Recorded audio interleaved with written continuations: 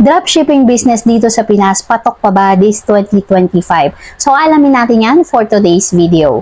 Marami-rami pa din sa atin ang sinusubukan yung mga ganitong business na dropshipping dahil para sa iba, ito ay hassle-free at very affordable na hindi ka na talaga mapapagastos ng malaki. Pero alam nyo ba mga ma'am sir na kailangan malaman muna natin o ma-practice muna natin itong 6 na bagay na to bago natin pasukin ang dropshipping business. Yes, marami sa atin ang gustong subukan yung ganitong klaseng business sa Pinas na dropshipping. Simula nang pumutok yung business na to, lalong-lalo na doon sa may mga pang-capital naman talaga. Pero yun nga ang tanong, ano ba yung mga bagay na kailangan mong isaalang-alang?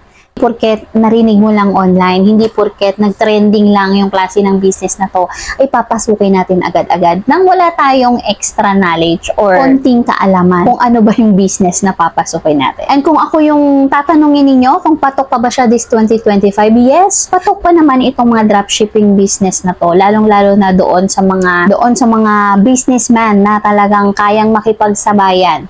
And of course, bago sila naging establish sa mga dropshipping company or dropshipping business na napasukan nila, is na-experience din nila na mag-fail at first. So, ano-ano nga ba yung mga bagay na yun? Huwag na natin patagalin. So, number 1, low cost make dropshipping profitable. So, syempre po mga ma'am sir, yung mga products na ititinda natin, ay kailangan nating pag-isipan, pagplanuhan na competitive prices sa market. So, hindi naman pwede na yung mga kakompetensya mo na ibang seller is lower lang yung price ng mga products niya and same item with you. So, kailangan mo i-consider, kailangan mong pagplanuhan yung bibitawan mong presyo on which is kaya mong makipagkompetensya sa kanila with the same quality of product. So, sa ganyang paraan, magagawa natin yung dropshipping natin as profitable. Kaya napakaswerte mo kung makahanap ka ng products na kayang makipagsabayan sa quality at the same time in a right price naman.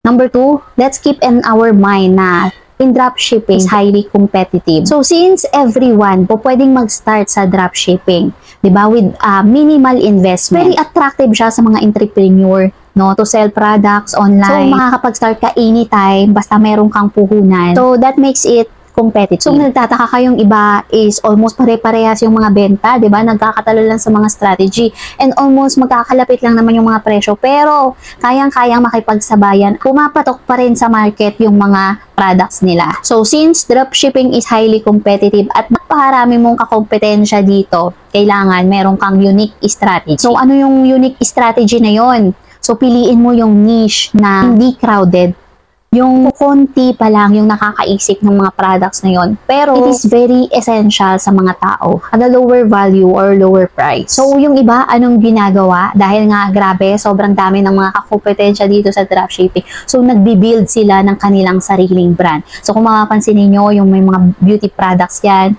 di ba, yung mga sabon, lotion na yan.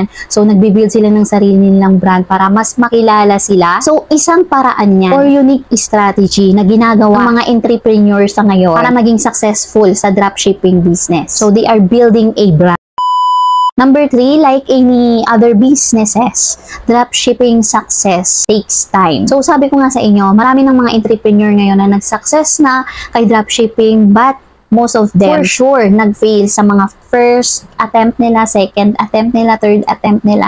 It's true na it takes time, no, to have a successful dropshipping business. So, akala ng marami, it's very easy to start. May capital ka lang, no, napanood mo lang online, nabasa ka lang na konting introduction about dropshipping business is ganun-ganun na lang, pwede ka nang mag-start anytime. But it's a no-no, kailangan mong pagplanuhan, kailangan meron kang unique niche na mga products na kayang makipagkompetensya sa napakaraming entrepreneur dito sa bansa. Isa sa very challenging din dyan, malaki-laki ang community mo on which is doon ka magmamarket para makakuha ng mga buyers or customers mo.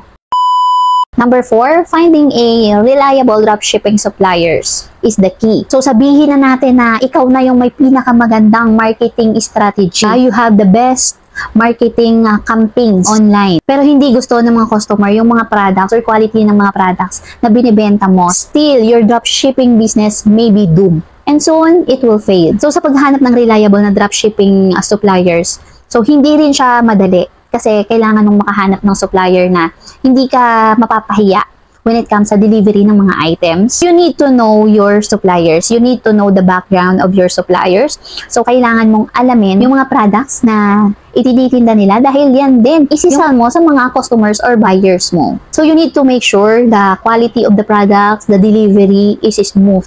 Or else at the end, masasayang lang lahat ng effort mo, hindi rin magiging successful dropshipping business. To check if that supplier or dropshipping supplier na kinuha mo o in-applyan mo ay okay, you can read or watch the reviews or rating of that supplier sa mga social media, sa kanilang website. So, pwede nyo ring i-check from other companies using the same suppliers kung okay ba yung supplier na yan. Kaya bang i-meet yung delivery na ipinangako sa mga customer. And also, dapat alamin din natin o alamin nyo din, tumatanggap pa sila ng refund if ever. At isa pa mga ma'am sir, ito yung isa sa importante rin na dapat yung isaalang-alang is yung customer service ng supplier na kukunin ninyo if ever napapasukin nyo yung isang dropshipping business. So alamin ninyo kung meron ba silang maayos na customer service.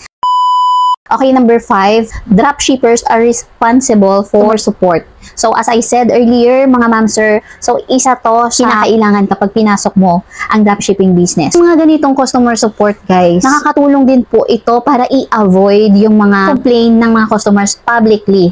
So, instead na mag-rant sila in social media, so meron tayong magandang customer support, explain natin sa kanila ng maayos. Nagka-problema sa delivery, damage yung products na dumating. So, proper communication sa customer is the key para hindi na lumaki or hindi na magkaroon ng bad reviews yung store mo at para maiwasan mga malalala na complaint na kailangan pang dumating sa mga social media.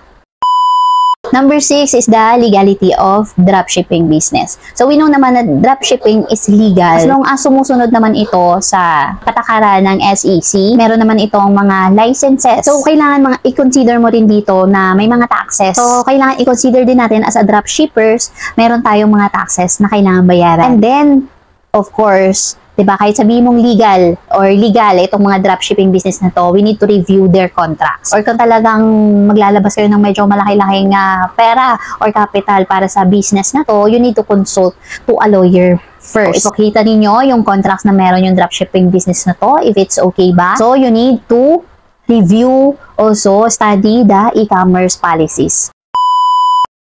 So, ayan, sa mga nagbabalak na pasukin ang dropshipping business this year, 2025, panoorin nyo lang ang video na to at pag-aralan itong 6 na bagay na to para ma-consider kung prepared na ba kayong pumasok sa ganitong klase ng business. And if you think na nakatulong sa inyo ang video na to, please like and subscribe and hit nyo na rin po yung ating notification bell para lagi po kayong updated sa ating mga bagong video. So, yun lang mga ma'am sir. Have a nice day. Thank you for watching and see you on my next video. Bye po!